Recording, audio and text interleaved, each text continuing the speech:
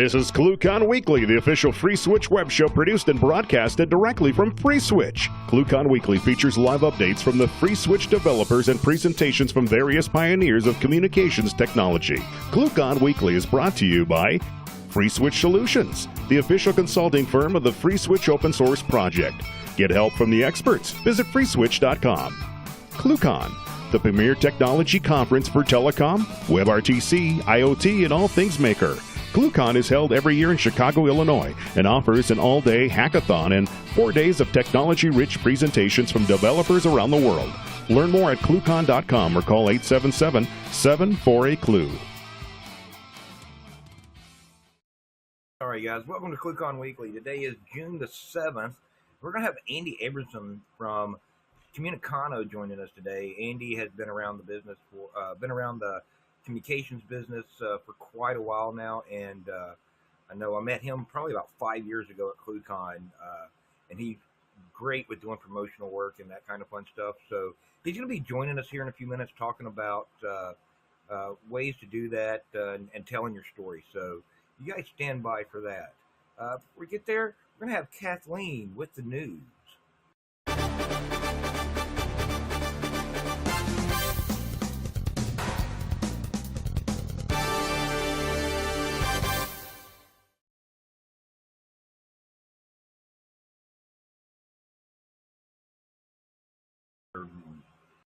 No audio, Kathleen.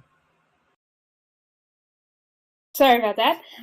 First, I would like to thank those of you that have donated to the Allison prompts and ask that if you haven't, please take a moment to do so. We are nearly there.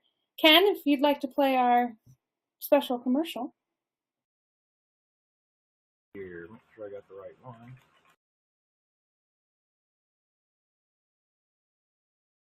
We have the sound prompts. They are in hand. We just need that last little push to get over the finish line for the GoFundMe. We will be able to find that link below, by the way. Here we go, Kathleen.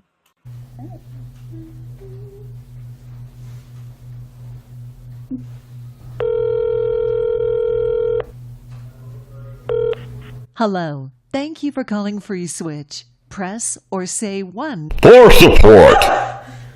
I did not understand the command. Wait, what? Goodbye.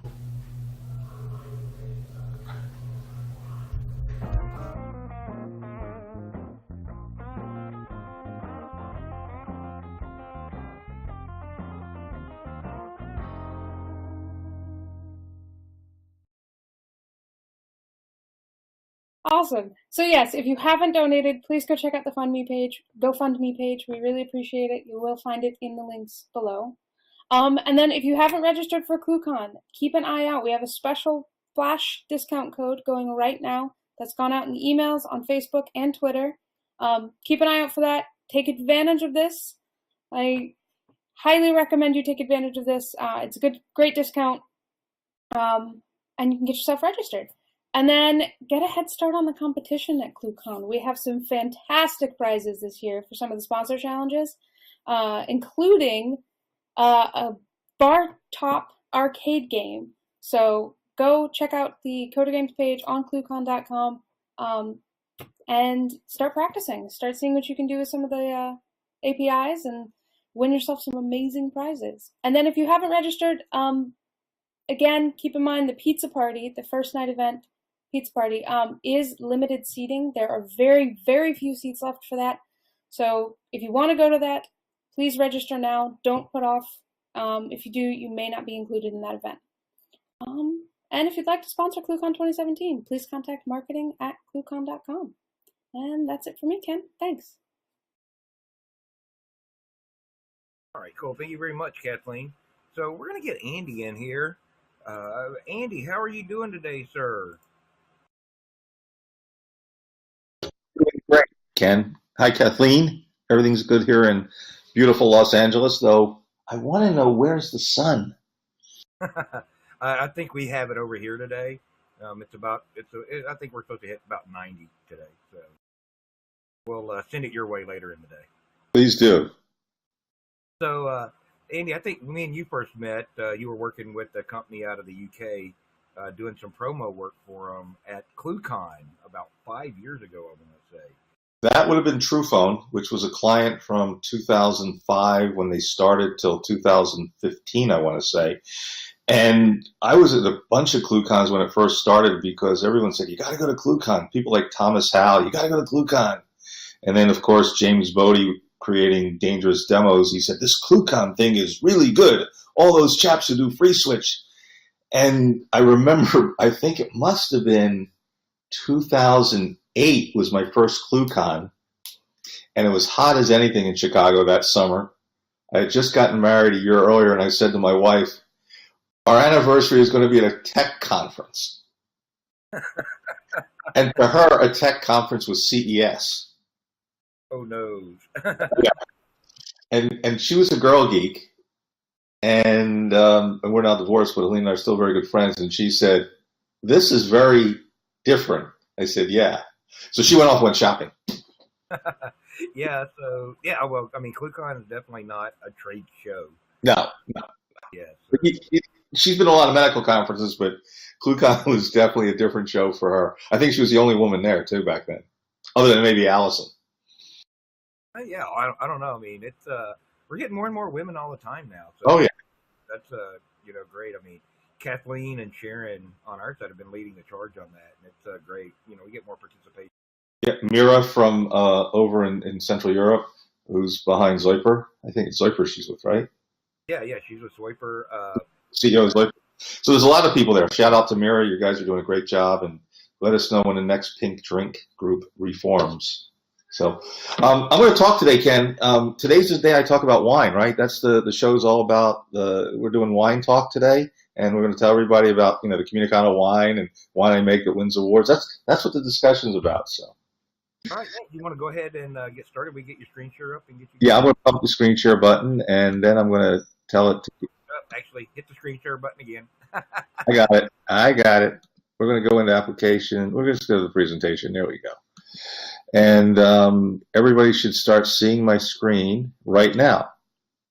Just a moment. You tell me when we're good, and I'll get going. Let's see here. All right, there we go, Andy. Go ahead.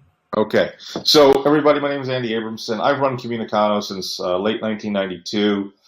I'm about the least technical person that you would ever thought would have been in the world of voice over IP. But I learned fast and I'm a quick study, and pretty much most times now I'm able to talk tech. From the early days, I was in communications. I started in pro sports when I was about 14, worked for 3 pro teams, an agency, and an upper deck. If any of you are baseball card collectors or hockey card collectors, I ran all their communications and all their sports marketing. And after that, I started Comunicano under the name Strategy Plus, did a lot of streaming media work in the late 90s. Streaming taught me a lot more about the internet than I would ever expect to know. So when VoIP hit in the late 90s, early 2000s with SIP, it was a very easy transition. And somewhere along the way, we landed a client called Popular Telephony. Then we worked with AT&T and AOL and a bunch of startups, and a lot of them have been successful. I write a blog called VoIP Watch, so I'm going to talk all about that. Today is all about what I call the art of the exit. It's going from the idea to the sale. And that's something which has become Comunicano's stock and trade over the last 15, 20 years.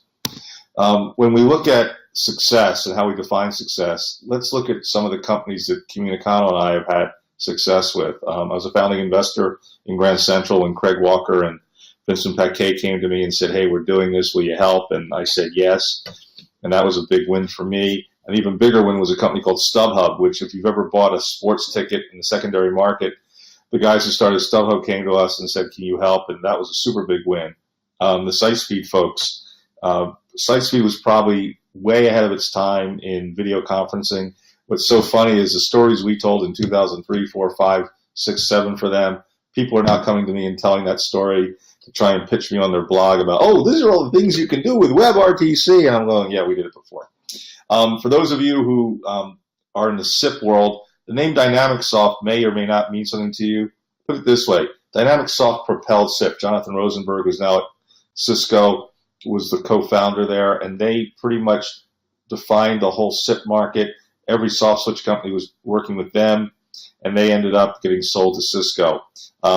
Those of you who understand how conferencing works, Global IP Solutions out of Norway and Sweden had an office in California. They brought us in to do one thing, get sold, and we did. We got them sold to Google. So Grand Central and Global IP Solutions to Google, Dynamicsoft to Cisco, SiteSpeed to Logitech, StubHub to eBay, and then there's this company called VAPS, you may know as High Def Conferencing.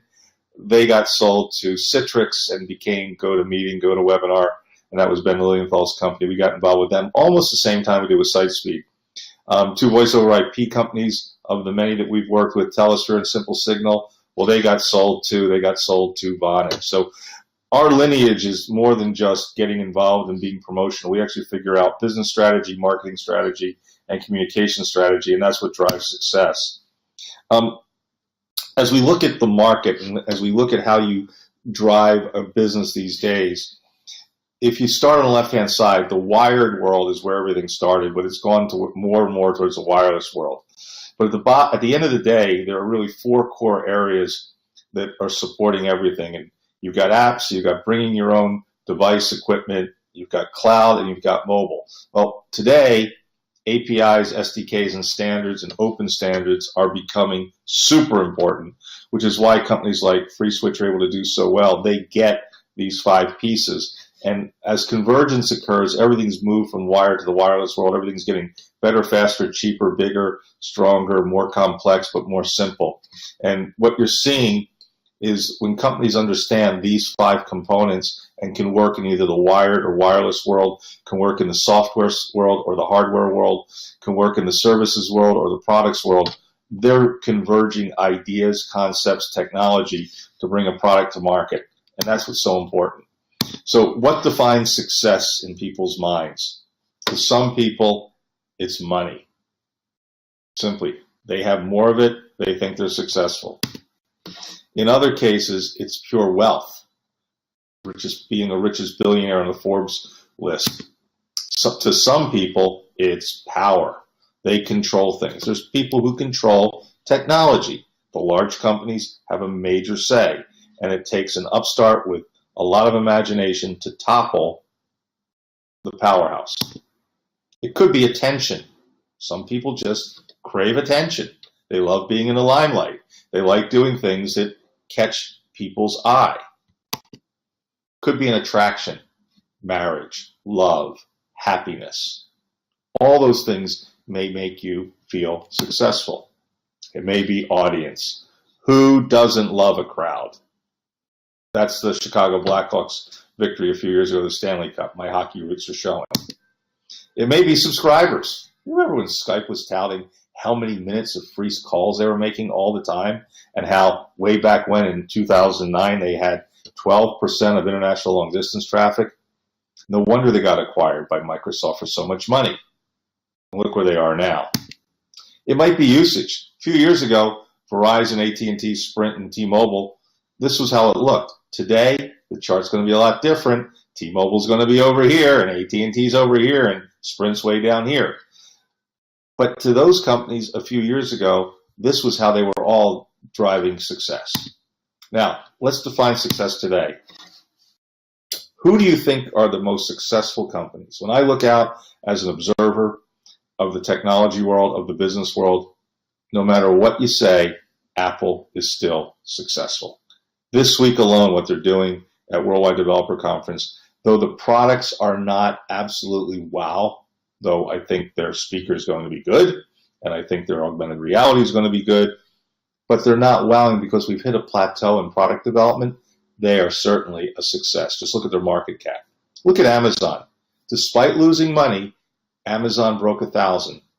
The stock is worth a lot of money, and people keep betting on Amazon. Of course, Google, or Alphabet as they want to be called now, and Facebook. To me, these are the four driving successful companies in tech, and the reason they're able to drive their success in tech is they know how to tell their story. What are some other successful brands? Well, certainly WhatsApp, which is part of Facebook, Zoom, which is a hot video conferencing company, Uber, Telegram, T-Mobile. These companies are all moving and shaking and disrupting and changing. In the case of WhatsApp, they're taking tons and tons of messaging minutes away from, or messaging data bits away from the traditional SMS platform. Zoom is just cutting deeply into Cisco's business week after week. WebEx is dying, and even the WebEx sales guys are going to work for Zoom. Uber has upended the taxi cab market. Taxis are dying, Uber is flying. Telegram for secure messaging, following the footsteps of WhatsApp but doing some other things. And of course, what John Ledger's doing with T-Mobile, with the idea of the uncarrier taking business away from AT&T and Verizon. First he went after AT&T, now he's taking pot shots at Verizon and gaining market share every month. So those are 5 successful brands. But I don't believe you can achieve success in your business unless you know what failure is. You know, the idea of startups and MVPs and using a minimum viable product, and everybody says fail fast. I say succeed soon. Well, let's look at what causes fall from grace. Obviously, lust. That's failure. You fall from grace, you failed. Lust is a big, big problem. Crime. Remember when O.J. Simpson killed people, allegedly? Remember when he went on a crime spree in Las Vegas? Talk about falling from grace. Gambling. Pete Rose. Derek Sanderson. I knew Derek when he used to come on celebrity hockey trips. The guy hit rock bottom after being one of the most highly paid hockey players. Steroids took Barry Bonds out of sports. Sex and the DUI are killing Tiger Woods. Lance Armstrong, who put winning at all costs, it cost him everything. Now, you also have failure in business. How many of you remember the AOL Time Warner merger in the 90s? Everybody was ballyhooing it, saying it was going to be great. But it wasn't. It wasn't a merger of equals. It was a failure from the start. Mismatches. eBay and Skype. Before Microsoft bought Skype, eBay owned Skype before Skype became private again. A lot of us are scratching our head. Why is eBay buying Skype other than they had the money? Again, a perfect mismatch. A third perfect mismatch was Carly Fiorina being behind the sale, the purchase of Compaq for HP, and there's no way out. Again, a perfect mismatch. So part of being successful and growing your business is not about just exiting, it's exiting properly. What makes for success? You have to be different. Years ago, I wrote a blog post called Me Too, Me Also, Me Different. You can find it somewhere on VoIP Watch. The importance of differentiation when you tell your story is so important. How many times do you hear someone give you a product pitch or an engineering pitch? We're going to do this and we're going to do that. Well, so does everything else. Oh, but we can do this too, and we can do this also. And that's right. But don't tell us what everybody else does. Tell us what makes you different. If there's one thing when you're developing a product that's going to take you on a road to success, be different. Grand Central did a better job of being different with Find Me, Follow Me, and managing numbers and managing cost controls of routing, and that's why Google bought them. SiteSpeed did a better job of video conferencing mixing, of SIP technology, so that you could deliver a single unified Hollywood Squares presentation of a video conference. That was their differentiator, their pristine video. High-def conferencing, VAPS, did a better job at high-quality audio before there was Opus, before there was Silk. They figured out a way to make audio sound better in a conference call. That was their differentiator. Global IP Solutions did a better job at reducing latency in voice traffic and also doing a better job at higher definition codecs than anybody else. That's what caused Google to buy them. It was their video stuff even more than their audio. And the list goes on and on and on. Telesphere did a better job at selling enterprise-grade voice over IP than everybody else, which is why Vonage bought them. Not for their IP, but for their sales technology. So when you look at what makes for success, you start with differentiation. You never want to be saying, me too, me too. You never want to say, me also, I got it, we can do that too. No, what makes you different? So it's all about what we call me different. The USP, the unique selling proposition of what sets you apart and what really makes you special. Now, how does the world learn about all this new stuff? Well, media. When Bill Clinton finally admitted that he had an inappropriate relationship with Monica Lewinsky, the newspapers all tabbed him a liar. But what told the story was how concisely the Daily News was able to do that, right on that front cover page that day. The New York Times brings credibility. They say all the news is fit to print. Well, credibility is what makes it. If others feel it's true and accurate, it will be perceived that way. The story has to be compelling. Sports Illustrated Swimsuit has been one of the most successful hard copy publications year after year in years of declining media. The cover is compelling. It makes people want to pick it up and look at the calendar. When this song hit, you first heard it, you couldn't believe it, but we've all seen the video, and everybody was texting one another saying, you gotta watch this guy doing what he's doing. It became an amazing, contagious hit. People were telling everybody about it. So your story has to not only be concise, cogent, compelling, it needs to be the fourth C, what we call contagious. So you think of viral marketing, and you think of a virus on a computer network. Contagious is a good thing for your story if you want to tell the world. So differentiation, contagious are two key takeaways you need when you're telling your story so you can be successful, so your company can sell, partner, and eventually exit. When we look at the market and look at how information flows, when you have your differentiation down, you've got your contagious model, you've got to get to people like me, people who are in the industry, Rich Tarani at TMC, others like him, his staff, Eric Lanass. You need to get to people who understand what's going on with your business and your technology early on. They're called the tastemakers. A tastemaker finds things early on, or things find them early on, and without a lot of fanfare, without a lot of flash, they just tell people, you need to know about this. The next is the trendsetters. In fashion, it's very easy. You look at different brands, you look at different publications, you look at how much buzz they generate. Telecom, technology, not as easy to find a chart like this, but a trendsetter is even more outgoing. They have to flash to the world that they drank the Andy Abramson wine, available soon at a store near you. It's great. I just had a bottle. You should too. This is the best damn wine I ever had.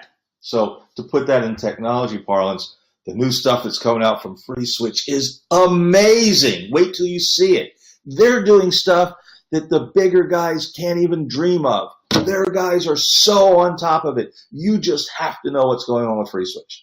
Did you download the new FreeSwitch SDK? Did you tie into their new APIs? They're wonderful. They're letting us do things. Those are kinds of things that you want to hear from a trendsetter. You want to make sure that they want to make sure that everybody knows they know it first. Next, you have the opinion leaders. Walt just retired a week ago, Walt Mossberg. He was the dean of all technology writers. Getting to Walt was harder than getting to the President of the United States or the Pope. You would have to really work hard to get to Walt. And Walt wouldn't take the story when someone like Rich Tarani or I would. Walt waited until the story came a little later, usually months later, sometimes even years later. But getting to Walt as an opinion leader exposed to everybody, to the mass media. Same way with when David Pogue was at the New York Times, and the way the New York Times writers today are so important, as are the Wall Street Journal writers. You also then have the followers. Now, you know what the followers are. That's Jamestown Massacre. Everybody followed the Kool-Aid. That's why the expression in technology is everybody's drinking the Kool-Aid. That was an example of what happened to Kool-Aid. Followers on the Boulevard Communication are the last adopters of anything. And technology companies really don't have to worry about getting to the followers. They'll eventually discover you. Where it's important to you guys is the tastemakers and the trendsetters, because they're the ones who tell everybody what they should buy, like FreeSwitch. So who are the ones who tell the world? Well, there's people that we nicknamed the social mediologists. Now, here's what's so important about social mediologists. They're about as important and as memorable as the weather, or the weather person, hence the word mediologist. It's a playoff of meteorologist, because nobody remembers what they said the day before. They only hate them if it rains when it's not supposed to. So think of all the people who tweet. You tweet, okay? You tweeted that yesterday. You tweet this tomorrow. You tweet this the next day. Nobody remembers what you tweeted 5 days ago. Next to the Facebookers. They're constantly saying, hey, I'm here. Here's my friends. This is what you need to read, blah, blah, blah. It's instant. It's Pop-Tart. It's Minute Rice. It's microwave journalism.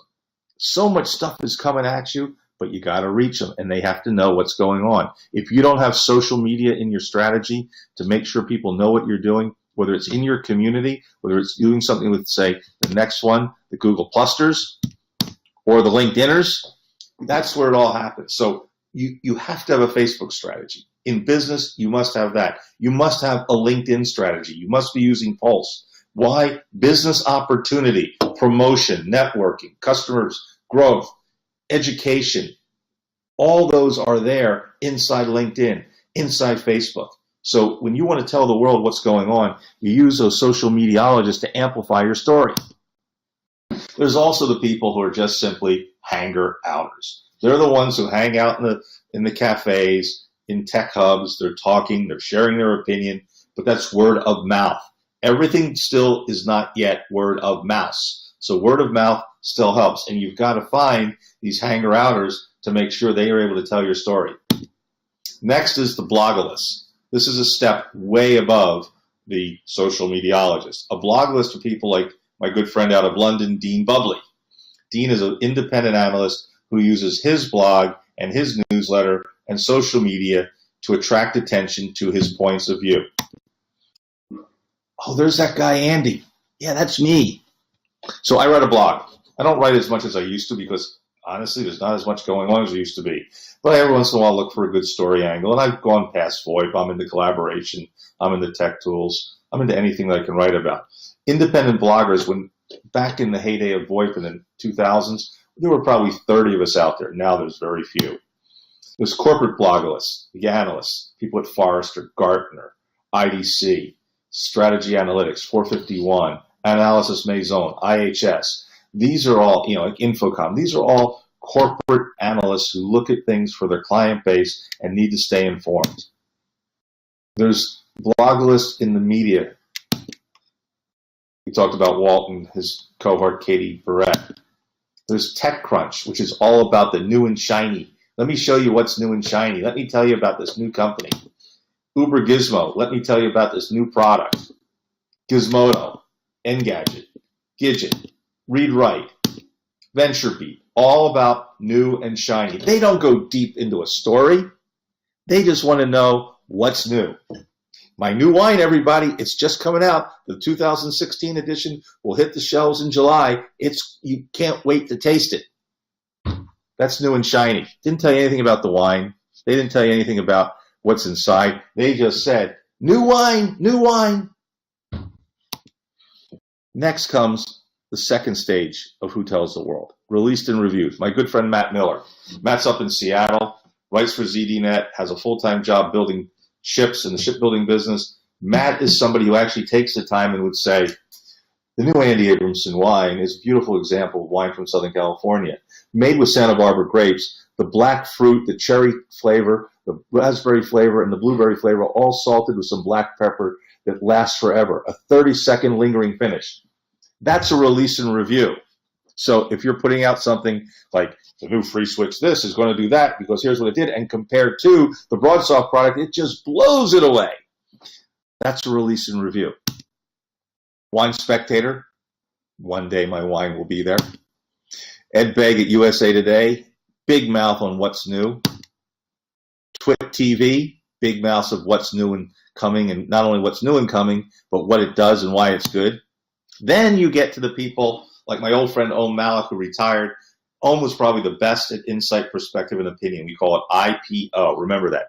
You'll be quizzed later. IPO, insight, perspective, and opinion. That's one of the best types of writing you want. This is where you take what you know, you compare, you contrast, and you put information in, you put a lot of opinion, you unearth things that people don't know. Pando Daily has moved into the IPO space from originally being in a new and shiny space. Martin Getty's weekly newsletter, incredibly rich on forward thinking about what's going on tomorrow. Dean Bubley's stuff, very much IPO oriented. The Colbert Report was IPO. Saturday Night Live, always insight, perspective, and opinion. Howard Stern Show, if you listen to music, always IPO. It's not just what's new, he rips into you. Oprah, The View. So those are all outlets in the media world, and in the tech world, you have to find those. Now, where news is told and sold, trade shows, conferences, summits, think tanks. In cars, it's the Detroit Auto Show. In clothes, it's Paris Fashion Week. Consumer electronics, it's CES. Oh, and in tech, it's ClueCon. If you're not going to ClueCon, you're not clued in. You're clued out. Nobody wants to be clued out, so get in the Clue and go to ClueCon. The AT&T Developer Summit, Google I/O. This week, the Worldwide Developer Conference being held in San Jose. Signal last month up in the Bay Area from Twilio. And in Chicago, the IIT Real-Time Communications Conference with their hackathon coming up. I should probably also have included TADHack. Introducing the exchange from Oracle. That's Oracle's open world. If you're in the Oracle world, and they've gotten into telecommunications with a couple acquisitions like Acme Packet and Techelec, open world is where they have to be. Salesforce, Dreamforce. That's probably become the biggest, hardest conference to get into these days if you're into selling. So, what happens when you put all this together and the world knows about you? Awareness occurs. Awareness occurs. The Susan G. Komen Foundation took a little ribbon and told the world about breast cancer and that something can be done. Awareness occurs when the world knows about you. Lives change. The world can change when you generate awareness. Trial is stimulated. HubSpot did a great job at cutting into the Salesforce business model. Why? They stimulated a lot of trial by this idea of 30 days free. Comparisons get made. Is FreeSwitch as good as BroadSoft? Is BroadSoft even a competitor anymore to FreeSwitch? Comparisons get made just like Coke and Pepsi. That used to be called the Pepsi Challenge. Opinions are offered. Everybody has opinions. They have something else too. But an opinion is offered when the world knows about you. That's why talk radio still lives. That's why chat rooms exist. That's why opinion boards exist. People want to say what they think. Brands get switched. How many remember when Firefox was their browser of choice? Because we all hated IE and we knew Safari was just kind of like a wounded bird. And then all of a sudden Chrome came along and we're all like, we don't want to use it. But guess what? We use it. When the world knows what it does, brands get switched. Now, trying something new is like, what? Any guesses? Guesses? Trying something new, trying a new wine. This is the great thing you want to try. Try it. If you like such and such, you'll like this better. So trying something new is like a first date. Those of you who are old enough to remember Harry Met Sally, that was their first date. Famous movie scene. When you try something new, you're never quite sure. In technology, trying something new is often akin to, oh, I'm going to stop buying from BroadSoft because I hear this free switch. And then you have to convince somebody, well, we've been BroadSoft for years. Well, and all of a sudden free switch comes along and does a better job. So it's kind of like the first time they trial it, it's like a first date. It's kind of like a test drive with a new car. Oops, I'm sorry, I mishandled the car. I'm not sure it's going to work. By the way, 2 points extra if you know what movie that's from. And the exact movie, not just saying the name. Anyway, trying a new product is like a test drive with a new car. And taking that test drive with a new car means giving up on what you've thought before and doing things differently. it requires a leap of faith. If you're going to switch from one company's products to another, it requires a leap of faith that everything you've seen, everything you've heard, everything you know is going to make it work. You're going with your gut, you're going with your intellect. So switching over is trying something new. In order to build a business, in order to build a story, you've got to get people to take a leap of faith. Getting someone to stay, though, is more important. In the old days, prep school, it wasn't getting in, it was staying in. Prep schools didn't like to let people out. So getting someone to stay is like getting married. Getting a customer to stay is like getting married. Your best customers, I've got 3 clients now who have all come back again. Some of them date back to the 80s, 90s. As a matter of fact, none of them were new after 2000. They've all been around me since the late 80s and mid 90s. Getting someone to stay or commit to you is like buying a house. So when you're thinking about growing your business and you're thinking about adding more customers, you want them to buy a house with you. You want them to be totally all in with you.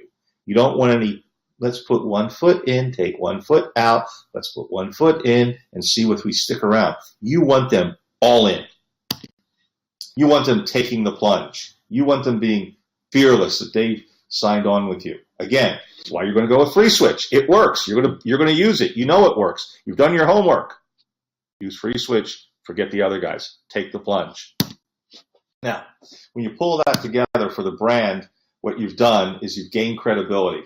You do that online. Why is it better than the last one? You get other people to say it's great. You get people to tell how good it is. You gain credibility, visibility, all through word of mouth. So if you look at this chart, you can see that where people push information out and how it moves and how it goes and how it gets out all the way to the edge. That's word of mouth and word of mouse. For your brand, you have 4 real ways of attracting people. 1 is advertising. You pay money for it. 2 is promotion. You may not pay money for it, but you like to give product away. Public relations, that's somebody else telling everybody how good you are. And direct marketing to help the sales channel. Everything else, digital marketing, online advertising, SEO, no matter how you slice it, it falls into one of these 4 categories. Events fall into direct marketing or public relations or promotion. SEO falls into advertising. AdWords falls into advertising. Doing a tie-in giveaway with a third-party company in your ecosystem is a promotion. Putting out news releases, talking to the analysts, spending money for case studies, that's PR. Direct marketing, the entire internet is direct marketing. So you want to attract subscribers, users, and customers by using those 4 tools. You want to evangelize. You want to say, our brand is great and you should be with us. Every time you go to ClueCon, that's the guys from FreeSwitch evangelizing about their brand. The attendees who are there talking about what their companies, they're evangelizing. We call it evangelical marketing. It is deeply rooted in the church. It is deeply rooted in getting people to say hallelujah when something happens. Can I get a hallelujah? Can I get a hallelujah for my wine? Anyway, the idea of evangelism marketing is really getting advocacy from your audience. It's getting people, and FreeSwitch has done a great job at this, probably one of the best jobs in technology today, at having their customers become evangelists for their brand. One customer leads another customer to them. That's how they have grown. They don't spend a lot of money advertising. They don't spend a lot of money direct marketing. They do a lot of evangelical marketing, and they get their customers, their users, the engineers like you, to tell others how good it is and why they should become a member of the flock and why they should come to ClueCon in August and why they should be in Chicago to hear Brother Tony and Brother Brian get up there and tell us why things are going to be even better next year. Do I get a hallelujah for Brother Anthony and Brother Brian? Hallelujah. There you go. So that's evangelism marketing. It's having raving fans. You have to try the new Comunicano wine. It's so damn good. That's raving fans. Now, let's let's get to why companies get acquired. Because if you do all this right and you got a lot of customers, you got a lot of press, you've got a lot of respect, you've got a lot of raving fans, you get acquired. Now, let's talk about why teams get acquired, companies get acquired. Because the team is just about the best at what they do. I'll say that again. The team is just about the best at what they do. They're not the only ones who do what they do. They are the best at what they do. And for that reason, companies acquire you for your talent, for your experience, and for your expertise. Another reason why companies get acquired is fear. Oh my God, those free switch guys, they're taking customers away from us nonstop. We have to figure out a way to not have that happen. They buy you. They buy you because you have something they don't have. They buy you because you're taking their customers away from them. They buy you because you have the secret sauce to where the world is going, and they fell asleep at the wheel. A lot of those companies you saw that we were involved in with the acquisitions, like Grand Central, like VAPS, they had something that the other guy needed. So fear is a big factor. Need. When there's a gap in your life, you fill that need. Companies say, we don't have that talent pool, we don't have that technology base, we don't have those customers, we don't have those patents, we need it. That's not fear, that's logic. There's also want. I want it, you can't have it. I want it, so you can't have it. Sometimes when you're out there, you start talking to multiple companies who might want to buy you either out of fear, out of need. Competition makes it all work. So you have need and you have want. Then, of course, there's another reason. Greed. Always remember, the world of greed, pigs get fat, hogs get slaughtered. So playing the greed game doesn't always pay out. I'm Andy Abramson. I make wine. I talk about VoIP, I write a blog, and I run a communications agency that makes companies successful. Let me know if I can help you. And with that, I will turn it back over to Kathleen and to Ken.